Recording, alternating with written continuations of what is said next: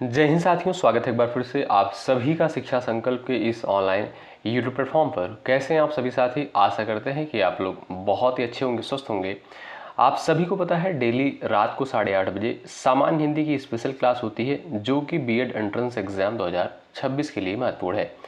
आप किसी भी स्टेट से उस स्टेट की यदि आप बीएड प्रवेश परीक्षा की तैयारी में अभी से लग गए हैं तो शिक्षा संकल्प के इस ऑनलाइन यूट्यूब प्लेटफॉर्म से आप लोग जुड़ सकते हैं और 8:30 बजे इस क्लास को अटेंड कर सकते हैं। साथियों, यहाँ पर जो है सेलेक्टेड क्वेश्चन ही कवर किए जाते हैं जो परीक्षा के दृष्टिकोण से महत्वपूर्ण है। यहाँ पर जो है पिछले वर्षों के प्रश्न को भी शामिल किया जाता है। तो आइए शुरुआत करते हैं बिना किसी देरी के। आप लोग पूरे पेशेंस के साथ अंत तक बने रहिएगा और प्रयास करिएगा आप लोग हर एक सवाल का आंसर भी देते हुए चलिएगा। तो चलिए शुरू करते हैं बिना किसी देरी के। पहला सवाल स्क्रीन पर लग गया है। निम्न में से कौन सा जो है अल्प प्राण व्यंजन है? बताइए। क, ख, घ और आपका दिया है छ। सभी साथी प्रयास करें, राइट आंसर आपका क्या हो जाएगा बताएं। चलिएगा साथियों, अगर बात करें अल्प प्राण की, इसकी परिभाषा क्या होती है? ऐसे वर्ड जिनका उच्चारण करते समय मुख के द्वारा जो है कम वायु निकलती है उन्हें क्या कहते हैं? अल्प प्राण कहते हैं। महाप्राण किसे कहते हैं? ऐसे वर्ड जिनका उच्चारण करते समय मुख के द्वारा जो है ज़्यादा वायु निकलती है उन्हें क्या कहते हैं भाई? महाप्राण कहते हैं। अब यहाँ पर आप लोग देखोगे, जब आप क बोलते हो तो मुख के द्वारा कम वायु निकलती है, लेकिन जब आप ख बोलते हो तब इससे ज़्यादा वायु निकलती है। कहने का मतलब ये है दोस्तों कि क क्या है, इस यहाँ पर अल्प प्राण हो जाएगा और ख क्या है, ये आपका दोस्तों महाप्राण के अंतर्गत आएगा। उसी तरीके से अगर हम घ की बात करें तो क, ख, ग, घ। देखिए, ग का जब आप उच्चारण करते हैं कम वायु निकलती है, लेकिन जब आप घ बोलते हैं तो ज़्यादा वायु निकलती है। तो आपका यहाँ पर क्या हो जाएगा भाई? ऑप्शन नंबर ए करेक्ट हो जाएगा। बात करें छ की, ये भी दोस्तों क्या है आपका? ये भी जो है आपका क्या भाई? महाप्राण के अंतर्गत आएगा। च अगर बात करें, च क्या है? ये आपका क्या हो जाएगा दोस्तों? च जो है अल्प प्राण हो जाएगा, लेकिन छ जब आप बोलते हैं तो ज़्यादा वायु निकलती है, इसलिए दोस्तों आपका यहाँ पर ए ऑप्शन करेक्ट हो जाएगा। क जो है आपका अल्प प्राण हो जाएगा। बाकी जो तीनों वर्ड हैं दोस्तों ये आपके क्या है? महाप्राण है। ध्यान रखिएगा आप लोग, ठीक है। अगला सवाल देखें। निम्न में से कौन सा जो है महाप्राण व्यंजन नहीं है? बताइए। ख, भ, स और आपका दिया है च। बताइए महाप्राण व्यंजन जो है इसमें से आपका कौन सा नहीं है? चलिए सभी साथी यहाँ पर आंसर देने का प्रयास करें। सवाल नंबर सेकंड का आपकी स्क्रीन पर लग चुका है, बताएं। सभी का आंसर आना चाहिए। यहाँ पर आपसे पूछता है निम्न में से कौन सा जो है महाप्राण व्यंजन नहीं है। साथियों आप देखोगे च जो है ये आपका अल्प प्राण के अंतर्गत आएगा और बाकी आपकी जो तीनों वर्ड हैं ख, भ, स, ये आपके दोस्तों जो है महाप्राण के अंतर्गत आएंगे, ठीक है। च क्या है दोस्तों? ये आपका अल्प प्राण के अंतर्गत आएगा। तो यहाँ पर डी ऑप्शन आपका बिल्कुल करेक्ट आंसर होगा। अगला सवाल देखिएगा, चलिए आंसर करें। प्रतिदिन, प्रत्युपदेश और प्रत्युपकार में कौन सा उपसर्ग होगा? बताएं। सवाल नंबर थर्ड का आंसर करें। चलेगा, एक बार सभी लोग सेशन को लाइक कर दें, शेयर कर दें अपने सभी साथियों के पास जो भी साथी अभी से बीएड एंट्रेंस एग्जाम 2026 की तैयारी में लग गए हैं। चलिए आंसर करें सब लोग भाई। यहाँ पर आपका राइट आंसर क्या हो जाएगा बताएं। चलिए भाई, प्रतिदिन, प्रत्युपदेश और प्रत्युपकार में जो है कौन सा उपसर्ग होगा? जो भी साथी जा रहे हैं ऑप्शन नंबर सी पर उनका आंसर बिल्कुल राइट आंसर हो जाएगा। प्रति उपसर्ग लगा हुआ है प्रतिदिन में, प्रत्युपदेश में। अगर आप देखोगे तो साथियों प्रत्युपदेश जो शब्द दिया है इसको आप तोड़ोगे क्या हो जाएगा भाई? प्रति प्लस उपदेश हो जाएगा। क्या? प्रति प्लस उपदेश हो जाएगा, ठीक है भाई। तो यहाँ पर भी आपका प्रति उपसर्ग लगा हुआ है और प्रत्युपकार में प्रतिधन उपकार हो जाएगा। क्या भाई? प्रति प्लस उपकार हो जाएगा। यहाँ पर भी आपका प्रति उपसर्ग लगा हुआ है, प्रतिदिन में भी प्रति उपसर्ग लगा हुआ है, ठीक है। तो आपका सी ऑप्शन बिल्कुल राइट आंसर है। अगला सवाल देखें। अति उपसर्ग का अर्थ क्या होता है? बताइए। चलो भाई आंसर करो फटाफट। यहाँ पर अति उपसर्ग का अर्थ क्या होता है? और, अधिक, पीछे, इनमें से कोई नहीं। बताएं, प्रयास करें, सभी साथी आंसर दें। चलिए सही उत्तर क्या हो जाएगा भाई? जो भी दोस्त यहाँ पर भाई गए हैं अधिक पर वो बिल्कुल राइट है। अति उपसर्ग का दोस्तों अर्थ क्या होता है? अधिक होता है। क्या भाई? अधिक होता है। आपका यहाँ पर साथियों जो बी ऑप्शन दिया है बिल्कुल राइट आंसर। अगला सवाल। पिताजी ने समझाया कि सदा सत्य बोलना चाहिए, यह जो है आपका किस प्रकार का वाक्य है? सरल वाक्य है, आज्ञा सूचक वाक्य है, मिश्र वाक्य है, इच्छावाचक वाक्य है? बताइए सही उत्तर क्या हो जाएगा, आप लोग बताओ। पिताजी ने समझाया कि सदा सत्य बोलना चाहिए, यह किस प्रकार का वाक्य है। चलो भाई, सभी का आंसर आना चाहिए। यहां पर सभी प्यारे साथी आंसर देने का प्रयास करें। यहां पर साथियों जो भी दोस्त जा रहे हैं ऑप्शन नंबर 3 पर, वो बिल्कुल राइट है। ये आपका दोस्तों मिश्र वाक्य के अंतर्गत आएगा। पिताजी ने समझाया कि सदा सत्य बोलना चाहिए, आपका 3rd ऑप्शन बिल्कुल राइट आंसर है। अगला सवाल ये रहा आपके सामने, राम आम खाता है, इस वाक्य में किस प्रकार का वाच्य है, बताइए। आंसर करें। राम आम खाता है, इस वाक्य में किस प्रकार का वाच्य है, बताएं। सही उत्तर क्या हो जाएगा, आप लोग बताओ। चलिएगा, यहां पर जो भी साथी गए भाई, आप सभी दोस्तों को पता होगा वाच्य कितने प्रकार के होते हैं, 3 प्रकार के होते हैं। कौन कौन से? कर्तवाच्य, कर्मवाच्य और एक आपका होता है भाववाच्य। ठीक है, कर्तवाच्य में दोस्तों क्या होता है, कर्ता की प्रधानता होती है। कर्तवाच्य में कर्ता की प्रधानता होती है, यानी बिना कर्ता के जो है वह वाक्य जो रहेगा वो अपूर्ण माना जाएगा। आप देखोगे यहाँ पर कर्तवाच्य हो जाएगा, ए ऑप्शन आपका राइट है, राम आम खाता है। अगर आप लोग यहाँ पर जो है, राम क्या है, कर्ता है। ठीक है, राम कर्ता है।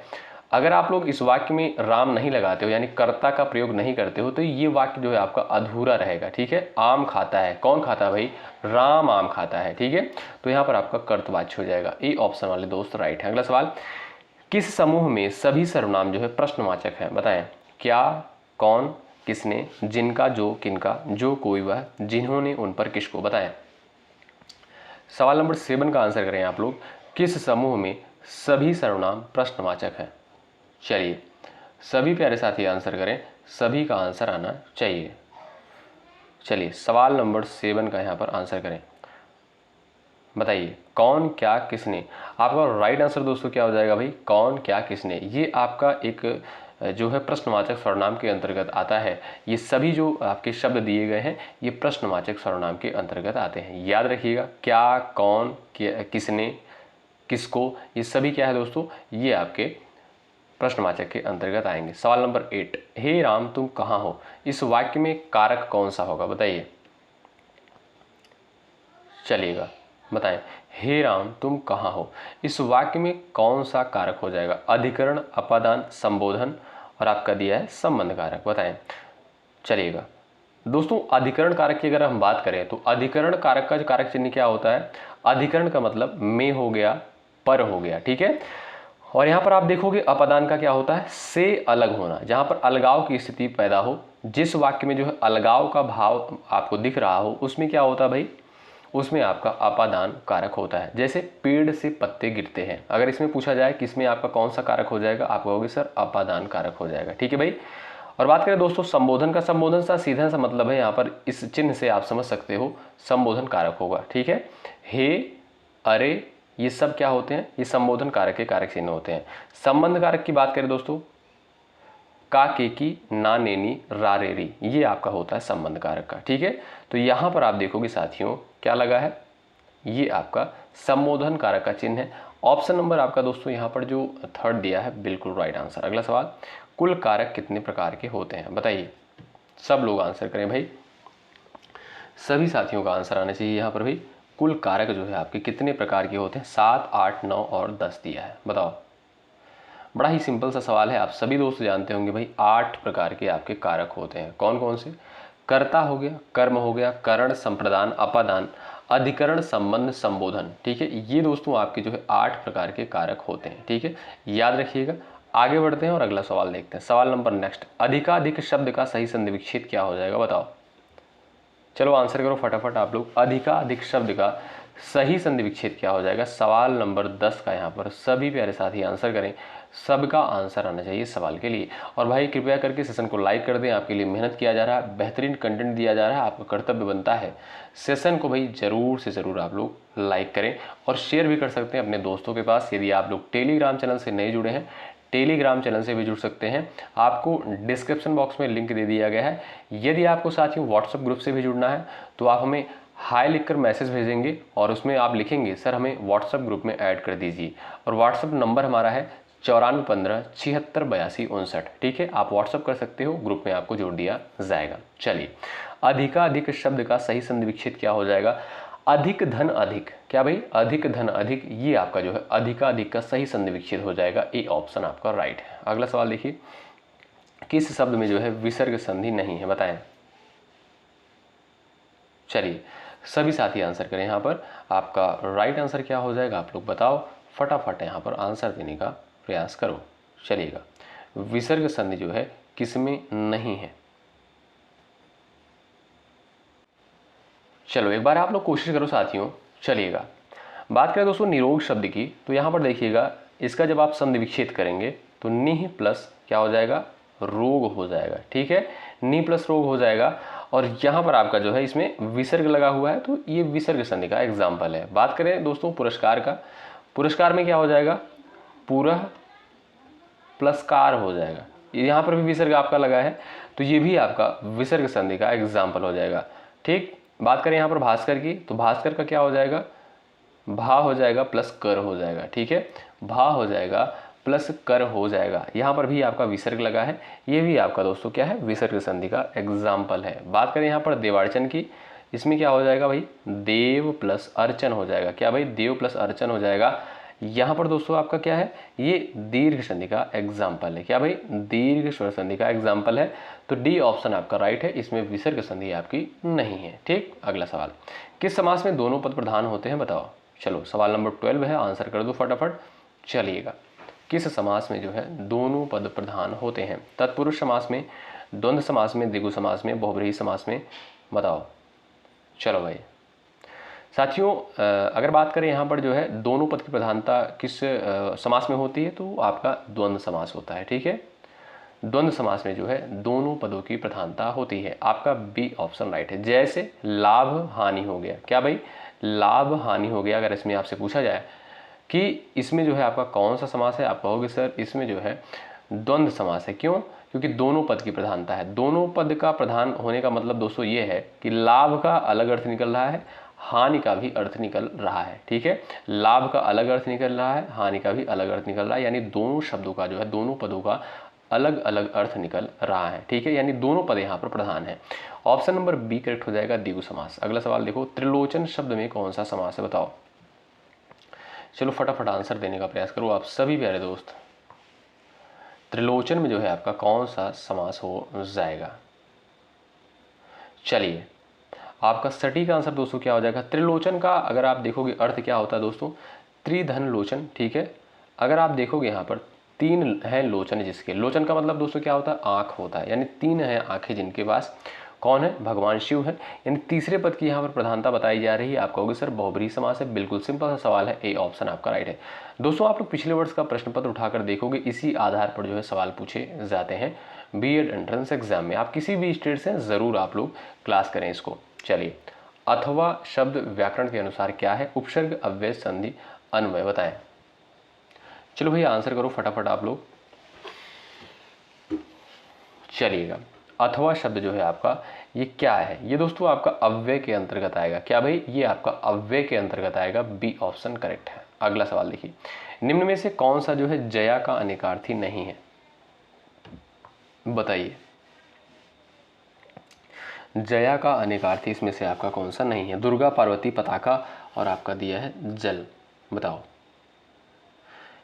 चलिए भाई, सवाल नंबर 15 का आंसर करो। आपका साथियों यहाँ पर डी ऑप्शन जो दिया है बिल्कुल राइट आंसर हो जाएगा, जल यहाँ पर करेक्ट आंसर होगा। ठीक है भाई, अगला सवाल ये रहा, मृदुल शब्द का विलोम क्या होगा, बताओ।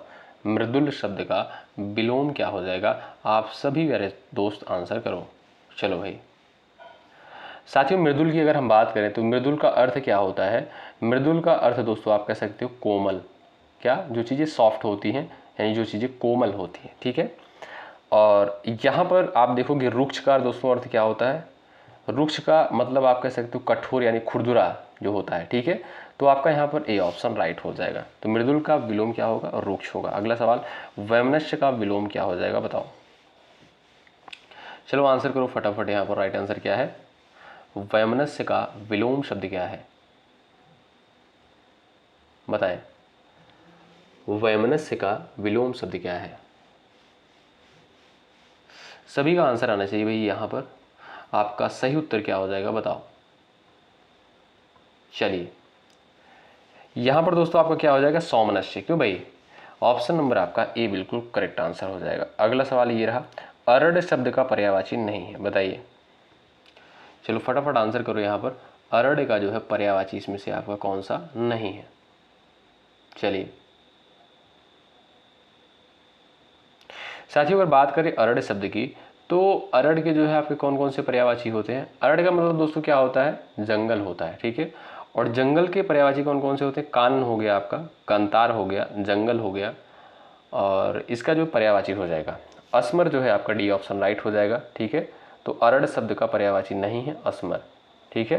तो यहाँ पर आपका डी ऑप्शन राइट है। अगला सवाल देखिए, घड़ों पानी पड़ना मुहावरे का अर्थ क्या हो जाएगा। कांपना, लज्जित होना, पानी भरना, इनमें से कोई नहीं। सवाल नंबर 19 है, सभी हमारे प्यारे साथी आंसर करें सवाल नंबर 19 का। चलिए भाई, यदि आपको क्लास बेहतर लग रही है तो सेशन को आप लोग लाइक भी कर सकते हैं, अगर चीज़ें आपको बेहतर नहीं लग रही है तो डिसलाइक भी कर सकते हैं और कमेंट भी कर सकते हैं, ठीक है।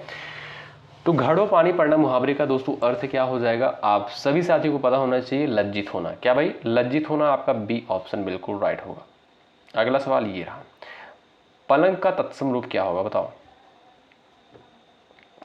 चलो फटाफट आंसर देने का प्रयास करो आप लोग, सटीक आंसर क्या है बताओ। पलंग का तत्सम रूप क्या होगा, सही उत्तर क्या हो जाएगा बताओ। पलंग का दोस्तों क्या होता है, पर्यंक होता है, ए ऑप्शन राइट है। सवाल पूछा गया है पेपर में। अगला सवाल, जिन शब्दों की उत्पत्ति का पता नहीं चलता उन्हें क्या कहते हैं, बताओ। फटाफट आंसर देने का प्रयास करो आप लोग। चलिए, जिन शब्दों की उत्पत्ति का पता नहीं चलता उन्हें क्या कहते हैं, तत्सम, तद्भव, देशज और आपका दिया है विदेशज, बताओ। सभी लोग आंसर करो, जिन शब्दों की उत्पत्ति का पता नहीं चलता उन्हें क्या कहते हैं, तत्सम, तद्भव, देशज, विदेशज। सही आंसर दोस्तों क्या हो जाएगा, आप सभी को पता होना चाहिए देशज। ऑप्शन नंबर 3 जो दिया है बिल्कुल राइट आंसर हो जाएगा, याद रखें। अगला सवाल, शुद्ध शब्द इसमें से आपका कौन सा है, बताओ। चलो आंसर कर दो फटाफट भाई, यहाँ पर शुद्ध शब्द आपका कौन सा हो जाएगा, बताइए। चलिए सभी लोग बताओ। अगर बात करें दोस्तों यहाँ पर जो है अंतर्धान की, ठीक है, आजीविका की सबसे पहले हम लोग बात कर लेते हैं। आजीविका यहाँ पर देखिएगा आप लोग गलत लिखा है, ठीक है। आजीविका कैसे लिखा जाएगा भाई, ध्यान से देखें। आजीविका आपका जो है ये सही है, आजीविका, ठीक है, ये आपका सही हो जाएगा। और बात करें दोस्तों आशीर्वाद की, आशीर्वाद भी गलत लिखा गया आपका, ये हो गया दोस्तों आपका आशीर्वाद। क्या, ये हो गया आपका आशीर्वाद, ये आपका सही हो जाएगा, ठीक। अनुषंगिक की बात करें तो इसका क्या हो जाएगा, अनुषंगिक होता है क्या, इसका जो है अनुषंगिक की अगर हम बात करें, यहाँ पर जो है आप लोग बड़ा आ सिर्फ कर लीजिएगा, ये आपका सही हो जाएगा, ठीक है। तो यहाँ पर आपका ऑप्शन कौन सा राइट है भाई, अंतर्धान, ये बिल्कुल सही लिखा गया है, ए ऑप्शन राइट है। अगला सवाल, शुद्ध वाक्य चुने, बताइए। क्या तुम दिल्ली जा रहे हो, क्या तुम दिल्ली जा रहे हो, क्या तुम दिल्ली जा रहे हो, क्या जा रहे हो दिल्ली तुम, बताओ। यहाँ पर आपका सही आंसर क्या हो जाएगा, बिल्कुल बेसिक सा सवाल है और सबका आंसर आना चाहिए, ठीक है। चलो बताएं भाई, क्या तुम दिल्ली जा रहे हो। यहाँ पर दोस्तों आपका कौन सा चिन्ह लगा है, ये विस्मयाद बोधक चिन्ह लगा है, ये बिल्कुल गलत है, ठीक। क्योंकि यहाँ पर सवाल पूछा जा रहा है ना, क्या तुम दिल्ली जा रहे हो, प्रश्नवाचक लगा है, सवाल पूछा जा रहा है, तो आपका यहाँ पर बी ऑप्शन राइट हो जाएगा, ठीक है। अगला सवाल देखिएगा, पुस्तक कवितावली के लेखक कौन है, बताएं। चलिए, कवितावली पुस्तक के लेखक कौन है, सब लोग आंसर कर दो। तुलसीदास, सूरदास, कबीरदास और आपका दिया है रहीम। तो जो भी प्यारे दोस्त जा रहे हैं भाई ऑप्शन नंबर ए पर, वो बिल्कुल राइट है। कवितावली पुस्तक के राइटर कौन है, तुलसीदास है, ए ऑप्शन आपका राइट है। सवाल नंबर ये आपका लास्ट है और इसका आंसर आप लोग करिएगा, सममात्रिक छंद जो है कौन सा होता है। सभी साथियों का आंसर आना चाहिए, दोहा, सोरठा, चौपाई, इनमें से कोई नहीं, सभी का आंसर आना चाहिए। जिसका आंसर सबसे पहले आएगा उसका आंसर भाई कमेंट बॉक्स में पिन कर दिया जाएगा, ठीक है। और साथियों आप लोग पिछले वर्ष का पेपर उठाकर देखिएगा, इसी आधार पर सवाल पूछे जाते हैं। यदि आप लोग तैयारी में अभी से लग गए, आप किसी भी स्टेट से बीएड एंट्रेंस एग्जाम की तैयारी में लग गए हैं, तो शिक्षा संकल्प पे इस ऑनलाइन यूट्यूब प्लेटफॉर्म से आप लोग जुड़ सकते हैं। अभी आपको बहुत सारे बेहतरीन कंटेंट देने हैं, बहुत बेहतरीन कंटेंट यहाँ पर आपको दिया जाएगा। बिल्कुल 2025 में फ्री तैयारी करवाई गई है और 2026 में भी करवाई जाएगी, ठीक है। तो क्लासेस जो है धीरे धीरे स्टार्ट की जा रही हैं, तो आप लोग जो चैनल से जुड़ जाएं, टेलीग्राम से भी जुड़ जाएं और 9415768259 पर हमें अगर आप एक मैसेज लिखकर भेजेंगे तो हम आपको व्हाट्सएप ग्रुप पे भी ऐड कर देंगे। ठीक है दोस्तों, तो चलिए मिलते हैं आपसे नेक्स्ट क्लास में। और आप लोग इसी तरीके से बने रहें, सेशन को लाइक ज़रूर करें, इससे हमारा भी मोटिवेशन बढ़ता है और आपके लिए बेहतर कंटेंट लाने का प्रयास करते हैं। और अभी से हम आपके साथ लग जाएंगे, मेहनत करेंगे, हम दोनों लोग साथ में मिलकर मेहनत करेंगे, जिससे जो है आपका बेहतरीन अंक जो है आ सके परीक्षा में। ठीक है दोस्तों, शुक्रिया। आप लोग अपना ख्याल रखें, अपनों का ख्याल रखें। मिलते हैं आपसे नेक्स्ट क्लास में, तब तक के लिए बाय बाय, टेक केयर, जय हिंद, जय भारत।